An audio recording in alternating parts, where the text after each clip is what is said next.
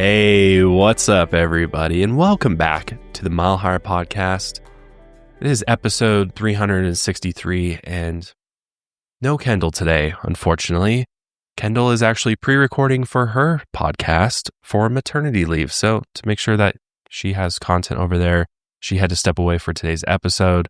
But fear not, I am not all alone here, because today I am joined here at the desk in Kendall's spot by the one and only Ian. Hi, guys. Hi, everyone. We were debating whether or not Ian should open it up, but that might be a little too shocking. But no, Ian's going to be joining me today. He's going to be kind of helping co-host the show, get his feet wet, because there'll probably be more episodes in the future. Actually, there will be for sure next week. Will actually be just Ian and I, and then I believe Tom will be joining us because Janelle and Kendall will be at a conference for Higher Hope, so they won't be here next week. And actually, I'm going to be hosting the sesh as well. I have a busy week next week. Oh, you're hosting the sesh? I'm doing the sesh, I'm doing Lights Out and Mile Higher next week, so I'm hosting all the shows. That'll be fun. Boy takeover. Yes, it'll be a boy takeover over on the sesh. But today, Janelle is here as well. Hey. Of course. Hello. It's just me all alone back here now. And Maggie. But at least you guys got your dogs. Ian, you left me. I know, dude. It is, I'm real. Over there, you're so comfortable. Up here, it's like... It's scarier up there. I'm exposed right now. Kendall sat back here for the first time on the sesh, like, a couple weeks ago when we were playing a game. And she was like, I love it back here. I want to be back here. I was like, yeah, unfortunately, we need you up there, sweetie. Yeah, it's a totally different vibe over there for sure. Up here, you feel large and in charge. Yeah. On this big old desk that we have. This desk is absolutely massive. It is huge. Big, man. This is like a news desk up here. It literally is. And then we've got a bunch of lighting and stuff, so you feel like you're on the news. I mean, not that this needs to be said, but like you and Kendall are genuine professionals, knowing there's just cameras. Yeah. The lights. Yeah. You get used to it over time, you know. You get used to this all being here that I just kind of forget that it's there at this point. But the one thing that does bother me is the lights. They're just like blinding to me. If it were up to me, I would do the set like Lights Out. Yeah. Where it's just like very dim, dark. But that doesn't really work that well for this show. And Kendall does not like bad lighting. So she would say no to that. But thank you so much for being here. We are covering a very interesting case and also a very sad case. We're going to be covering the throuple murder of Aileen Seiden.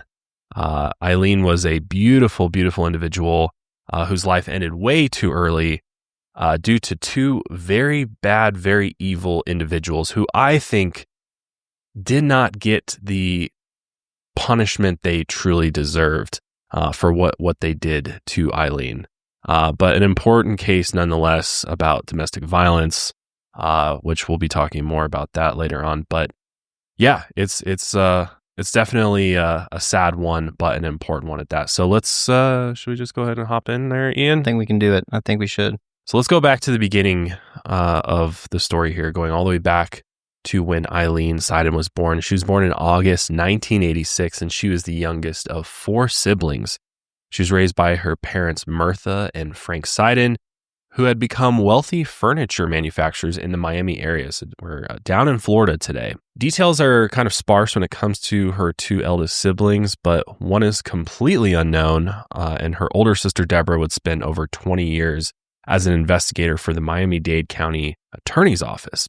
Still, Aileen's other sister, Francesca, who is very important to this case, but she was 8 years older and was with her when their mother passed away from cancer. Aileen was just 9 years old at the time, and when asked how they handled their mother's death, Francesca simply said, "We didn't talk about it because it was so fast." And still, through that experience, Aileen forged a special relationship with her father, Frank, who remained close with her as she entered middle school and high school. But then when Aileen was just 14 years old, her father, Frank, died suddenly of a heart attack. And this event left Aileen as an orphan, and 22-year-old sister Francesca needed to make a big decision. She said, "I signed the papers and became her legal guardian." So that's a massive blow to anybody, especially at 14 years old, to lose your mother before and then to lose your father. Both parents is really tough. I can only imagine how devastating that would have been. And just, especially when you're close with your parents, that friendship and guidance, and just to have that ripped away, what do you do?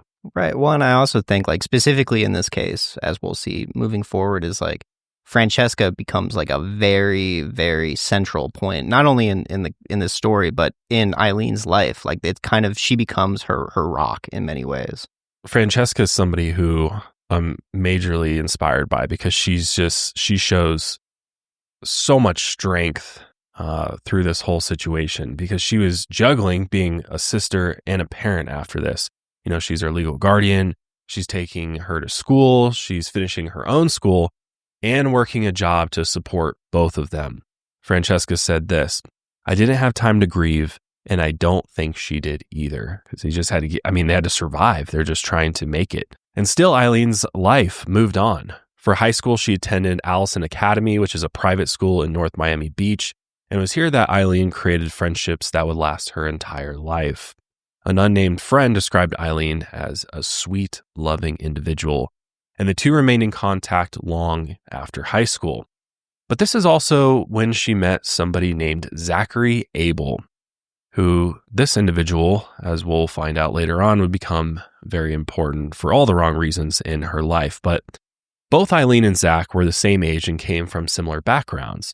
However, according to Eileen's friend Allie, which this is just a pseudonym for her, Zach did not have the best reputation in high school.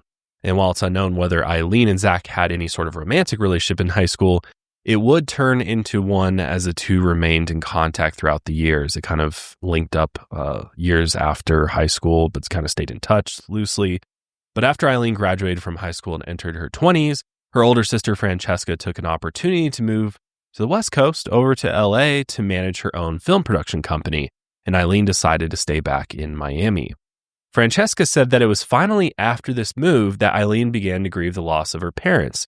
She said, "Aileen started to think a lot. She became more sensitive." Eileen's friend Allie said this: "Something like losing your parents has long-lasting effects throughout your life, and it's obvious it did. To be that young, you can't really process fully, the finality of losing your parents. And then as by the time you're in your 20s, you also start kind of seeing things a little bit more from your parents' perspective. So I'm sure that's really when the grief hit hard. Right. Just like, oh, they're not there anymore. And now especially that she has to, without Francesca nearby, like, of course they stayed in contact, but she's got to figure out her own life. She's got to figure out how to manage everything, how to pay the bills, all while still dealing with this latent grief that's just kind of been rumbling inside of her.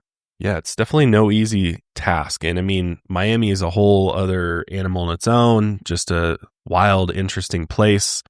Definitely not a cheap place to live in. You've definitely got to make decent living to live anywhere within the Miami-Dade County. Aileen was determined to make it, though, in Miami on her own. Allie said that Aileen worked as a property manager and lived in a great apartment and could always pay her bills and rent on time. Allie noted that Aileen had become very independent. Francesca saw this newfound independence when Aileen stayed with her for several weeks in 2016. Still, Francesca missed her sister and offered Aileen a place to live in Los Angeles so that they could be close together. Aileen missed her sister too, but declined the offer. Francesca wished that Aileen had taken her offer because after this trip, Aileen reconnected with Zach Abell. Only this time, it was romantic. And in the years since, Zach, he definitely had not been a law-abiding citizen by any stretch of the imagination. He had racked up a pretty extensive rap sheet. In 2011, he was charged with misdemeanor battery, but the Miami-Dade State Attorney's Office didn't prosecute. In 2013, Zach was arrested in Miami and charged with 2 counts of felony possession of a controlled substance with intention to sell. He was also found guilty of that charge and sentenced to 4 years probation. Then around the time Aileen reconnected with Zach, there was another arrest. In October 2016, Zach was charged with the misdemeanor possession of cannabis alongside his then girlfriend, Christina Araujo. The problem is, even though Zach would soon start dating Aileen, he never left Christina. hence the whole throuple situation coming about. So trying to piece together Zach and Christina's relationship is just kind of, it's not an easy task at all. It's very confusing what exactly their relationship was. We know that they met around 2007 and shared a house with one another in Loxahatchee. However, the early part of the relationship is described as off and on. Christina is 8 years older than Zach, which often led her to calling the shots within the relationship.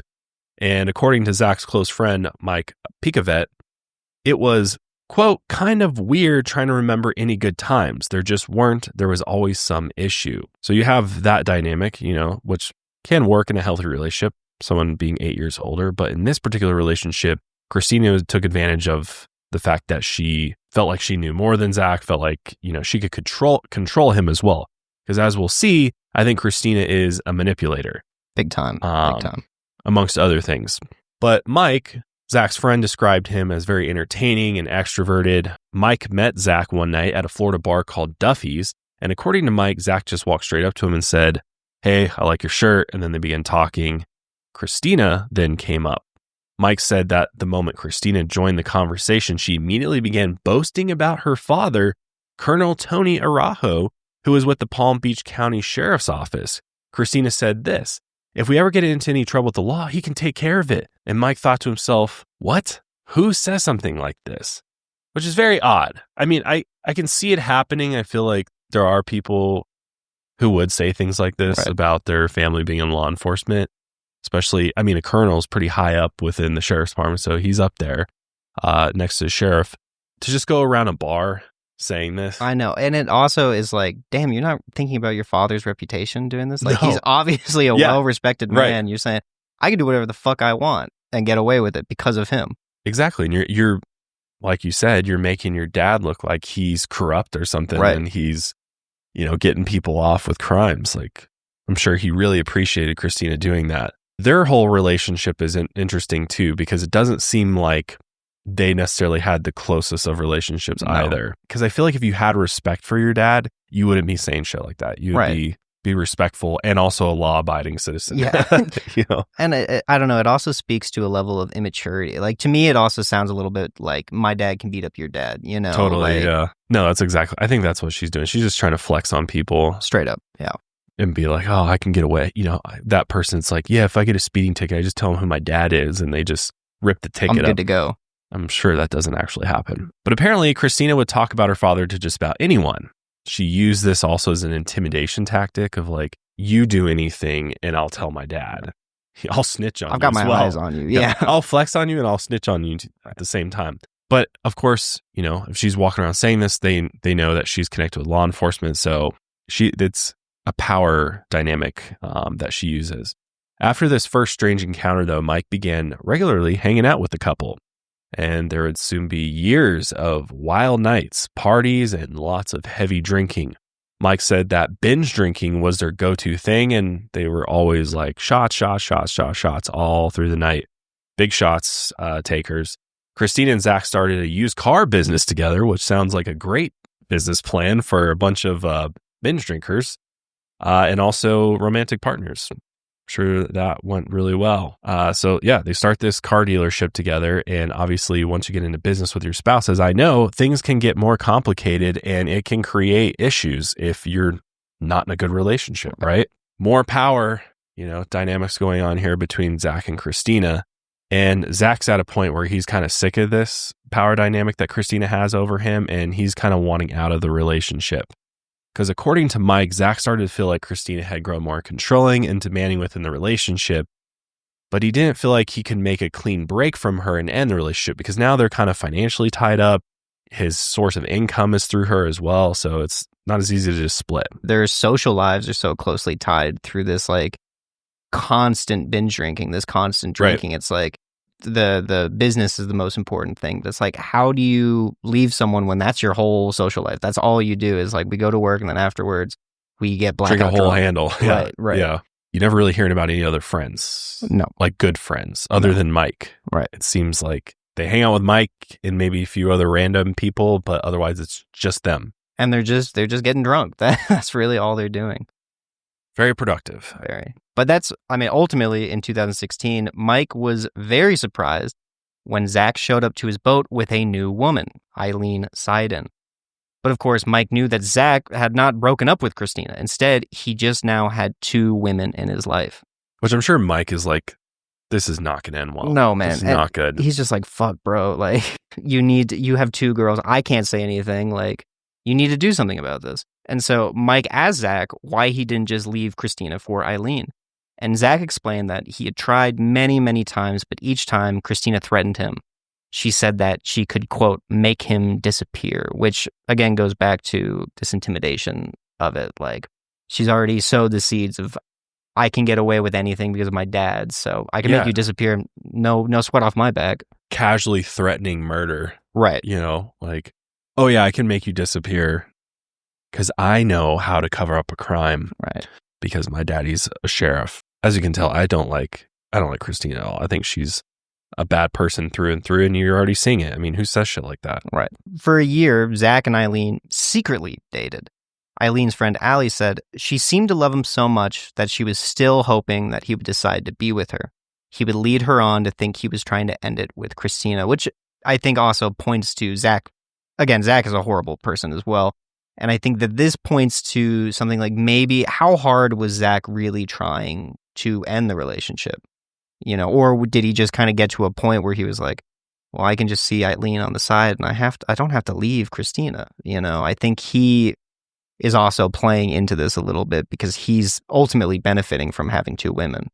Oh, yeah. He's benefiting in multiple ways. And yeah, because how hard would it be like, Christina, I'm not going to see you or hang out with you anymore and just leave, just physically leave and not be around her anymore. Right. He could have done that and he didn't. He didn't.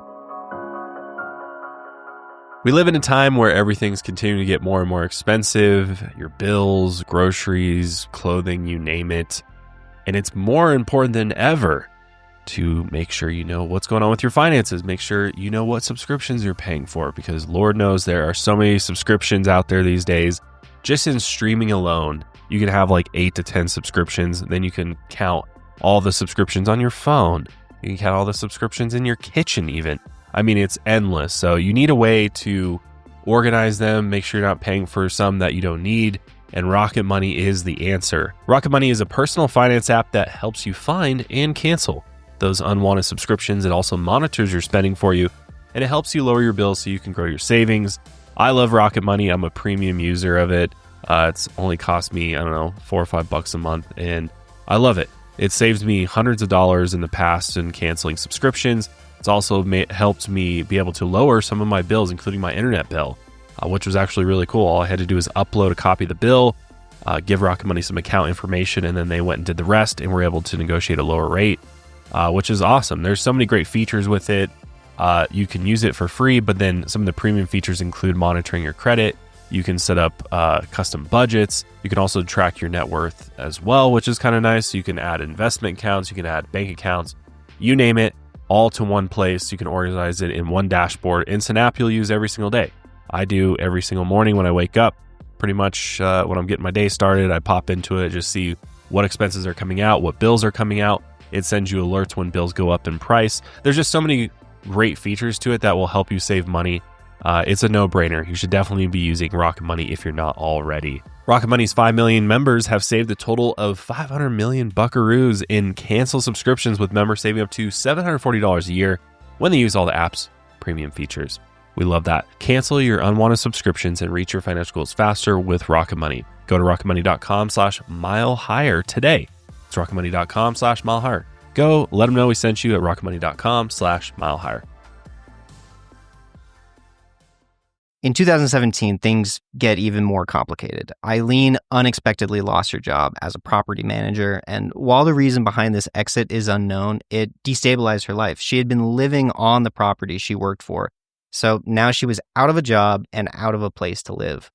Allie said she was really starting to lose control of her own life. That's why Aileen said yes when she was offered a job at Zach and Christina's car dealership. But of course, now that all 3 of them are working together, this hidden relationship they once had couldn't be a secret anymore, and things began to escalate.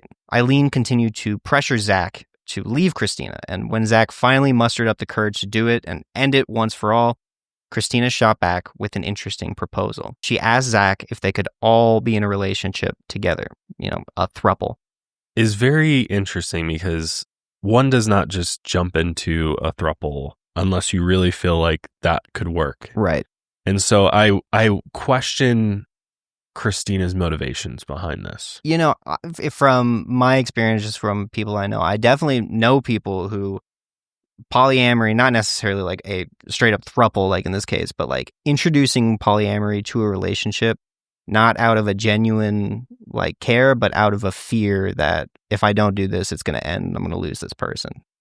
So I think that's kind of what's going through Christina's head is just like, I don't want to lose Zach because I have all this control over him, yada, yada, yada. So the only thing I can think of is like, let's just all be in a relationship together. See how that goes. Yeah. Now, Zach and Christina were never monogamous. They frequently dated other women throughout the relationship, though these other women wouldn't be as official as Aileen. They were all just basically hookups. They come over the house. Sometimes they did mention once, like, a girl stayed for a little while, but not like this, where it's like, Aileen is in a relationship with us. So Zach pitched the idea to Aileen, and she simply said, absolutely not. There's no way, it's never going to work. And, for a few weeks, there was radio silence about the relationship while Aileen was still working for them. But then, really out of nowhere, Aileen changed her mind. Allie said, I was in shock, really, but also a little bit happy for them that maybe this could work. It's important to note that the details about the actual dynamics of the relationship mainly come from Christina, so we're unsure what the truth really is. According to her, Aileen was in just as much of a relationship with her as she was with Zach, and they would go on dates or have sex without his involvement. However, other people close to them dispute this and say, like, no, she wasn't really fucking with Christina at all, so just take all of it with a grain of salt. A lot of this is coming from Christina. Yeah. And she obviously has her own reasons for, saying things like this, right. For sure, yeah. I have a hard time personally believing that was all true. Yeah. But this relationship soon turned physically abusive, even before they were in an official throuple. Mike said that Christina and Aileen had a fist fight in his kitchen. Apparently, Aileen brought up that she had been having sex with Zach, and Christina immediately started throwing punches. After the fight calmed down, Aileen said, well, you're fat and ugly too. The dynamic seemed to be the MO of the entire relationship. One of them appeared to be the odd man out, would get jealous, and then things would spiral out of control with physical violence. Mike said the fights, though, were fueled by, guess what? Alcohol. Mike maintained that it was mainly Christina and Aileen who would fight, but other sources said Zach would abuse them too. Oftentimes, women would hide their black eyes behind large sunglasses. Mike said it was an everyday thing, which, I tend to believe Mike's statements throughout this. Yeah. I am a bit disappointed that Mike didn't do more to try to stop this. He just kind of sat by and watched it happen. So he could have maybe intervened a little bit more, right. I think, because I can understand Eileen's friends, because mainly they're all women not wanting to get in the middle of this because they're also threatened too. But Mike, I feel like, similar to you, like you saw these fights happen. You could have done something to stop them. But I think similar to like seeing Zach on the boat with Aileen, knowing he has another girlfriend, he's just like, no, this is my boy. I can't do anything about it, which is really disappointing. Definitely. But Allie maintained that Zach was the primary abuser in the relationship. She said Aileen would call her and say, you have to come over here. He hurt me again. And Allie would rush over and photograph her friend for evidence. Allie always begged Aileen to go to the police, but she refused, fearing Christina's connection to law enforcement through her father. However, Francesca believed that Christina was the one who contributed to the majority of the abuse throughout the relationship, which I think is very interesting and important to remember for later on. She wanted Aileen to leave the situation, but recognized how hard it can be to leave an abusive relationship. I think we all know it's much more complicated than just, why don't you get up and leave? There's control, there's power dynamics, there's real immediate danger there as well. However, the abuse only got worse once Aileen moved in with Christina and Zach at an apartment in North Miami Beach at the end of 2017. Zach's mother also lived with them. At one point, the abuse got so bad that Allie had to take Aileen to the emergency room, And once they were there, hospital workers asked where she got her bruises, but once again, she refused to say where they actually came from. Allie said, "Aileen, you have to break up with this guy. Someone's gonna end up dead." In April 2018, Allie didn't realize how true that statement was. At this point, Aileen wanted out of the relationship. Allie said that her friend was going to break up with Zach and Christina before finally moving out of the house, but still she was trapped financially within the relationship and needed to find an escape. Because again, she's working kind of with them through the used car dealership. She really has no other income. They're kind of supplementing that income for her. But April 7th had started as an explosive day for the throuple. According to Christina, again, take this with a grain of salt, Zach had become enraged because he discovered Aileen was on a dating site. According to Christina, Zach threw Eileen's phone into their swimming pool. He then, quote, picked her up and body slammed her on the top floor. After abusing Aileen, Zach walked up to Christina and told her to mind her business. Christina left quickly for a cousin's baby shower in Palm Beach, and she didn't want to return because of all the fighting. Aileen reached out over text and said everything was okay, but both she and Zach were still home at this point. When Christina returned, she changed into a bathing suit and went to the pool. Then Zach joined her, attempting to kiss Christina, and because of the violence earlier in the day, Christina moved away from him. He started an argument, so Christina got out of the pool and ignored him. Zach approached her from behind and put Christina in a headlock. He then went into the bedroom and retrieved a gun before he pointed it at her. Zach's mom went outside screaming, threatening to call the police. At that point, Zach grabbed the rest of the cash they had physically, grabbed Aileen, and they left in a vehicle owned by the dealership. Aileen didn't have her cell phone since Zach had destroyed it earlier in the day. Now, Christina explained that since Zach didn't have a license and he was driving a car owned by their company, it was likely, and not to mention that he was likely under the influence of alcohol, she was concerned as a business owner. However, her texts to him paint a very different picture. In roughly 24 hours, Christina sent Zach over 150 text messages saying, quote, "You two deserve each other, along with my dad will be calling you, and you fucked me over, and now I'm fucking you over." She even told Zach that she had police issue a bolo on the vehicle.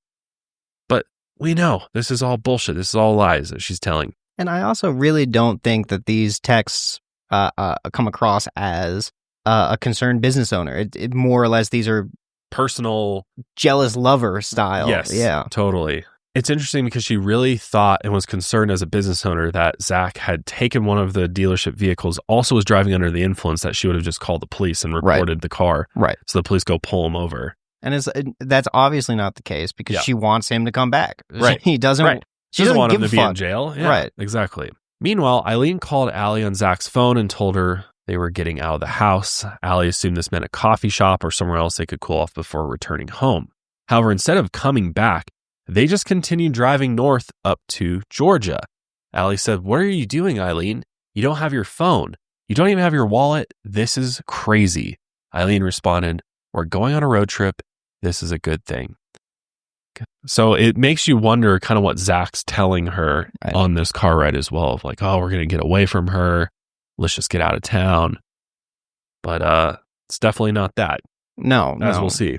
Yeah, I mean, I think you're absolutely right. I think it speaks to the earlier part of their relationship prior to the throuple, where he would just keep leading her on, like, "No, I'm going to leave Christina, don't worry." And now, despite all of the abuse, all of the everything, they're on the road, physically distancing themselves from Christina. I can totally understand why Aileen would be like, "Thank God, like, this is what's finally going to change things for us." And Zach is using Christina as an excuse for his behavior. Absolutely. He's like, "I just got to get away from this crazy bitch because she's making me crazy. She's, you know, I'm drinking because of her." And I'm sure he's just feeding Aileen all this bullshit and lies to make Aileen think that he's actually a good guy. He just needs to get away from Christina and out of this throuple relationship. Exactly. So both of them are terrible people. Zach and Christina are terrible. Allie also contacted Christina and Zach's mom, who at that point were searching for them at local bars before Allie told them that they had actually left the state. Allie then asked Christina, "Why don't you just worry about your own life?" Which is a good point. Now, about 2 days into the road trip, Zach and Aileen headed into Texas. Neither of them had responded to Christina's slew of text messages, but that changed when Christina sent this, quote, "If you want to come back home, come back. You never have to question my love. For unknown reasons, or perhaps thinking that Christina may have had a change of heart, Aileen and Zach invited her to join them.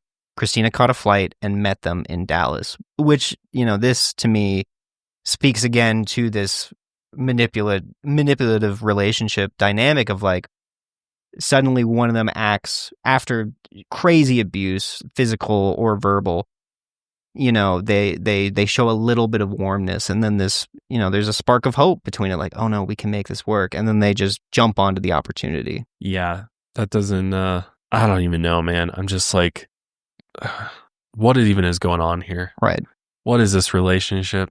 It's, I understand why. It's just manipulation. Right. And meanwhile, all of Eileen's friends and family are like, get the fuck out. Like, I don't know. Yeah, it's just sad. Christina said that the time spent in Texas was fun as the throuple went bar hopping and sightseeing. She said, Aileen and I were all over each other at a bar. Everybody knew we were in a relationship. It was very obvious. Again, these are Christina's words. True, yeah. I don't know. She has her reasons. However, Eileen's friends and family recall that time very, very differently. Aileen called Allie from Zach's phone late at night saying, this is getting bad and I don't know what to do. Allie recalled that this didn't start until after Christina joined them. By day 10 of the road trip, Francesca was getting worried too. When the throuple stopped in New Orleans, Aileen called her sister saying, I think they're gonna kill me. In New Orleans, Christina remembered getting kicked by Zach for not wanting to go out. Allie tried to get information from Aileen, such as, their address, where they were staying, the license plate, anything that could help her call the police about Eileen's situation. But Aileen simply said, I can't. As the road trip stretched into its second week, the group planned to drive back home across Florida. During a stop at a hotel in Pensacola, there was a physical fight, though Christina didn't mention who was involved. It could have been all three. That certainly happened. The road trip continued along the coast on Highway 98, and they planned to stop in Panama City, but they missed their exit. They continued until they reached Apalachicola and crossed over into neighboring East Point. Once there, they stopped at the Red Pirate for food and they played mini golf. However, Aileen was going back and forth from the car using Zach's phone to contact her friends the whole time. Then, on the recommendation of a local at the Red Pirate, the throuple was told to stay at the Sportsman's Lodge Motel. They reserved the last vacancy, room 15, and woke up on April 22nd with a plan. They decided to spend another day in East Point and make it a party. They reserved 2 more nights at the lodge. The trio then made a morning trip to the liquor store where they purchased the largest size bottles of Fireball and vodka, which, I don't know, these are massive handles. And for 3 people for 2 days. That's a lot of alcohol. That's a ton. And we know this for sure because there's actual surveillance footage from the liquor store where you can see them walking up to the counter with those handles of vodka and that Fireball. So after buying gallons of alcohol, they then went to the dollar store to get barbecue supplies and a small thank you gift for the hotel owner. It was a small glass figurine shaped like a bluebird. While barbecuing, Christina said that Zach and Aileen kept sneaking off for several private conversations. Now, rumors persist about what this conversation could have been about. Some say that it was Aileen finally breaking up with Zach, and one completely unfounded rumor stated that Aileen was pregnant and was telling Zach, though again, there's absolutely no proof of that. Zach would later say that earlier on the road trip, he proposed to Aileen using a ring pop, and these conversations could have surrounded this future marriage. Though, of course, there's absolutely no way to prove what the two actually spoke about. Regardless of the conversation, we know Aileen snuck away to speak to Allie on the phone. Whatever she was talking about with Zach had actually frightened her. According to Allie, during one of these calls, Aileen said, I need to leave him. I'm telling you, I'm like a sex slave. He has this really scary look in his eye. It's very scary. I need your help. Which again, like all of these rumors surrounding what they were talking about without Christina, I think they really don't matter when the real conversation she was sneaking off to have with her friend was one of like complete fear. So they got to work, Allie and Aileen, and they planned Eileen's escape route. The next stop on their road trip was going to be Tampa, and so from there, Aileen would sneak away from Zach and Christina and hop on a Greyhound bus to Miami. Allie actually even bought the ticket for Aileen, and Aileen made plans with other friends to get brunch. She was supposed to get back to town. Unfortunately, though, this would be the last time Allie ever spoke to Aileen. Now, it's very important to note here that the following description of events comes from Christina, and she certainly has reasons to slant the truth one way or another. So again, as we go through this, remain skeptical of what she says happened. But Christina and Zach went out to fish while Aileen stayed behind in the room. Christina kept getting her hook stuck on the rocks, and Zach helped her get it off.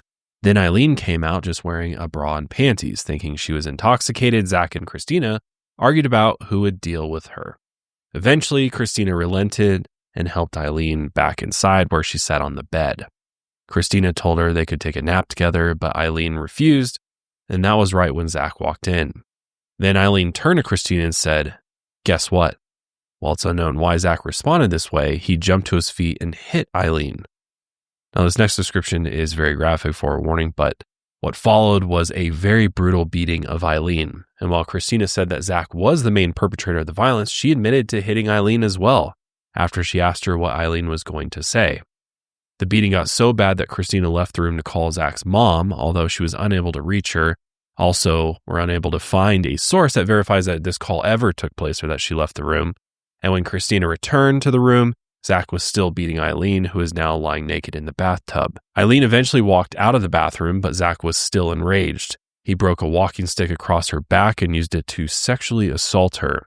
Christina grabbed the stick and threw it outside. She then handed him a wooden paddle they had purchased at the dollar store because, according to Christina, it'd be, quote, less painful for her. Eventually, Christina got in between the two of them and ended the assault. Zach pushed her to the ground and urinated on both of them before he went to sleep. When Christina went to sleep, it seemed like Aileen was still alive. However, when Christina woke up before daybreak, she realized that Aileen Seiden had been killed during the assault. Panicked, she woke up Zach, and the two of them quickly cleaned the room using vinegar, because of course there is blood absolutely everywhere. Aileen was basically bludgeoned to death. Zach took the light bulb up the outside patio section so that it would stay dark, and then snuck Aileen's lifeless body to their car, where she was sat upright with the seatbelt pulled across her body. And then they drove to a cul-de-sac in an unfinished neighborhood and then just dumped Aileen's body and drove off, which that is just pure evil on both of them. Right. And horrible. Like, again, that description is coming from Christina, who is giving the description to try to, lessen the blame on her end. And yet she's still saying that she hit Aileen, that she provided a paddle because it would be less painful than the walking stick. I mean, the level of brutality involved in this assault, I think the fact that even her confession, of it, which is supposed to make her look better, is still brutal and still incriminates her, just shows how awful this was. Yeah. Well, and this may not even be what happened at all. Right. That's the thing about it. We have no idea what happened in room 15 because this is the only way we know anything happened is because of Christina's version of events. But for all we know, Christina could have did all of it. Right. Or Zach could have jumped in after the fact after Christina attacked her. I mean, we have no idea exactly what went on here. All we know is that Aileen was brutally beaten to death and left to die and succumb to her wounds overnight. As far as we know, I mean, for all we know, it may have ended earlier than that, but just a torturous death. So on the morning of April 23rd, 2018, an older couple, Christopher and April Russell, had just returned to the mainland from a fishing trip to St. George's Island. They were going to check out another secluded fishing spot when they spotted what Christopher thought was a junk pile. He went to inspect it, hoping to find something worth keeping. Instead, he came across the badly beaten body of Aileen Seiden. He immediately called the police, and he and April both wished that maybe she was alive somehow or was drunk and hit by a car. Nothing could prepare them or the police for the truth of the situation. Lieutenant Ronnie Jones was among the first to arrive at the scene, and as Aileen had left her wallet and phone behind in Miami without any form of identification, she became a Jane Doe. On top of that, Lieutenant Jones had no idea who the killer or killers were. At first, he was struck by the brutality of the murder. He called it overkill. It was just horrible.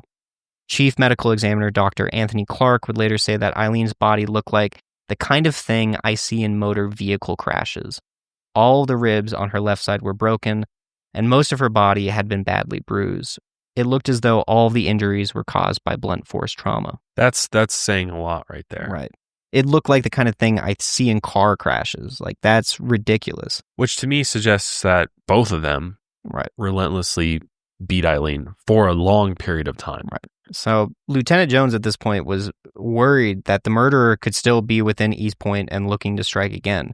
But less than 24 hours later, he received another call about an additional crime scene at the Sportsman's Lodge Hotel. Hotel staff had discovered a large blood stain while stripping the beds and alerted police after that it was determined that the room's occupants had actually left early, though they had settled up their account. They were all paid for. Lieutenant Jones immediately noticed the bed and found that the entire area was covered in bloodstains. He immediately recalled the body from the previous day and connected the two scenes due to the severity of the injuries. He also noticed a strong vinegar scent in the room, indicating that someone had tried to clean up. Luminol testing revealed that the entire bathroom was covered in blood. Additional blood stains and prints on the shower curtain rod indicated that it could have been used as a weapon. And Lieutenant Jones's suspicions were correct. The blood in both scenes was a match. While the identity of the victim was not made public yet, Eileen's family was the first to know about what tragically happened to their sister. Eileen's older sister, Deborah, said, "My heart is broken. I'm devastated, especially with the way she died. My sister didn't deserve this." Francesca said, "My sister was murdered. What do? You look for support. That's all I could do. I didn't understand why it was given to me again to handle another loss." However, while Eileen's identity wasn't made public for a few more days, investigators still searched for the people who did this. Luckily, an old friend was about to turn them in. Right after Christina and Zach drove away from East Point, they planned to find a nearby cruise ship and get on board using his passport. And once the boat stops somewhere overseas, they're just going to hop off and then never return. This was their grand escape plan after this. Brilliant plan, by the way. However, the only cruise ships leaving that day were out of Miami, which was nowhere near where they were. Instead, last minute, Zach decided to drive to their old buddy Mike's house in Broward County because he knew that Mike owned a boat, and he was hoping that he could convince his buddy to just hop on their boat and take him where? That's what I want to know. Right. Is like how far, to Cuba or something? Yeah. On his little boat? Like, come on. Like, you want to drive a couple 100 miles or boat us a couple 100 miles out of the country? We're not going to tell you why, but we need to leave right now. Yeah. You're just going to be an accomplice in this? Like, right. No. Zach explained to Christina that Mike owed him a favor and that he would take him out of the country on his boat, supposedly. Of course, Mike had no idea what was going on when they showed up. On April 24th, Mike was alone in Fort Lauderdale when he got a knock on his door, and sure enough, it was Zach Abell and Christina Araujo. Mike immediately noticed that Aileen wasn't with them, which obviously he knew something's up, what's going on here. And he actually asked, "Where's Aileen?" And Christina responded, "Oh, she ran away." Mike said, "Bullshit, where is she?" And Zach choked up before he said, "She's dead." It kind of was like Mike knew something bad had happened because he had seen all the shit that had happened over the years. But after the couple settled into Mike's place, Zach took him onto the patio when they were out of earshot of Christina, and Zach told him a different version of events. Here's what Zach said. He said that Christina killed Aileen while he was sleeping. He wanted to call 911, but Christina wouldn't allow it.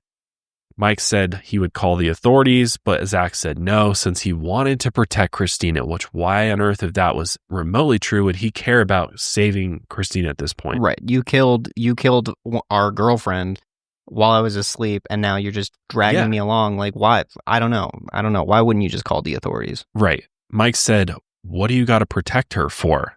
Because what the hell, if that's actually what happened, why wouldn't you be like, we should leave, get the cops over here ASAP while she's sleeping and arrest her?" But what's also interesting is that Mike also, for some reason, doesn't call 911 when they show up and Zach confesses that Eileen's dead because he feared that a violent outcome, and maybe it's a violent outcome against himself, possibly. Right. He thought, if I just call the cops right now, they could kill me as well. So right. I'm guessing that that's why he didn't do it. He didn't want to kind of tip them off. So the only thing that he could think of was to call Christina's father, Colonel Tony Araujo. Right before he went online to search for Tony's information, he snapped this photo of Zach and Christina, which is them feet to feet on his couch, passed out or sleeping with what looks like pool towels. Mike would later claim that the marks on Christina's feet and hands proved that she was the primary aggressor in Aileen's death. When Mike finally found Tony's information, he didn't immediately tell him about the situation. All Mike said was, "I got to talk to you. It's about Christina." Tony told him to meet at a gas station to explain what on earth he was talking about. So they went to this gas station and met up. And finally, Mike told Tony, "Christina killed somebody." And Tony responded, "You know I'm a cop, right?" And Mike said that he did, of course. And that's when Tony took Mike to the sheriff's office where he made a formal statement. Mike even commented that Tony was very professional about the whole ordeal and immediately brought in 2 other investigators to start asking Mike questions. Which I think is important to note. Like, Right. Christina's story is like, "Oh, my dad will get me out of trouble." It's like, no, when rubber meets the road, like, her dad is following procedures. He's not getting directly involved. He's being very, very professional and just like a decent cop at all this. Yeah, handled it perfectly, exactly how he should have. Immediately tell other people in the department about what's going on, have Mike give a statement, talk to the detectives. There's no attempts made to try to save his daughter from this whatsoever. Mike was then shown a photo of Aileen's body, and he was the one to identify Aileen formally. And with that, police then showed up at Mike's home and arrested Zach Abell and Christina Araujo on April 24th, 2018. Aileen's identity was publicly revealed on the 27th. But still, as they both awaited trial in Apalachicola on original charges of first-degree murder, it would take nearly 6 years before they faced a jury. 6 years. Long, long time. And by that point, Christina took a plea deal for second-degree murder if she worked with the state in convicting Zach. He, meanwhile, maintained that Christina was the primary aggressor in the murder. The trial began in mid-January 2024, so not all that long ago, and the prosecution mainly relied on Christina's version of events and her unwillingness to testify against Zach, claiming he was the primary aggressor. However, Zach's attorney, Alex Morris, claimed that as the main perpetrator of the murder, Christina was, quote, manipulative, cunning, a chameleon. I think there's evil in her. He believed that Christina acted alone in the murder and only told Zach once he woke up. So that's what the defense was trying to go with, that story. But Mike testified for the defense, displaying the photo he claimed showed injuries and bruising on Christina's feet and hands, defensive wounds, basically, or, aggressor wounds, really. But in the fight, Aileen messed her up pretty good. Alex also claimed that Christina's 150 texts read like a confession. One of them plainly states, "You come near me, ho, I will kill you." That's pretty clear. Even though Zach's palm print was found on the shower rod, Alex claimed it got there while they were cleaning up the room, and also that Christina's print was already wiped up. He also showed this photo taken while they were driving out of East Point. It's a picture of them in the vehicle, a Honda Civic it looks like, and you can see Zach in the passenger seat and Christina in the driver's seat. Alex argued that Christina was in control of the situation because she was the one driving the vehicle, which I guess it's worth a shot, but doesn't really mean anything. Yeah. To me, what I think is like they just committed a murder, and they're, again, as we know from earlier in the road trip, Zach didn't have his driver's license with him. So I think really what this is that it's like, okay, Christina has to drive because we're already like on the run. We can't get found out for also driving without a license. Right. Like, just trying to cross all their eyes. Yeah. However, the prosecuting attorney, James Patterson, didn't buy this version of events at all. He said they acted together as co-conspirators because, quote, they lived together. They worked together. They own a business together. They went to the Sportsman Lodge together and they emptied out the room together. They ran away together. They got arrested together. The only thing they didn't do together was kill Aileen Seiden. No way. I agree. Yeah. There's no way. They did literally everything together. They cleaned the scene together. This wasn't just like, and again, what if that were true, if Zach really just woke up after Christina had murdered Aileen, why on earth did he not get out of there and go straight to the police to make sure that he gets there first? Right. And the police know that I did not do this. That didn't happen. No. He participated. He helped clean up. He helped move the body. He's involved 1,000%. There's no way you can even make a case for that. The prosecution's case mainly rested on Christina's testimony. her story of the murder, which is how we piece together the event for the episode, which is absolutely horrifying and just completely brutal. Here she is during her testimony crying while explaining the injuries on Aileen's face and body. Let's take a look. Here she is on the stand. Marks or injuries on her? Yes. Where? Her face, her eyes were swollen. Her eyes were closed shut.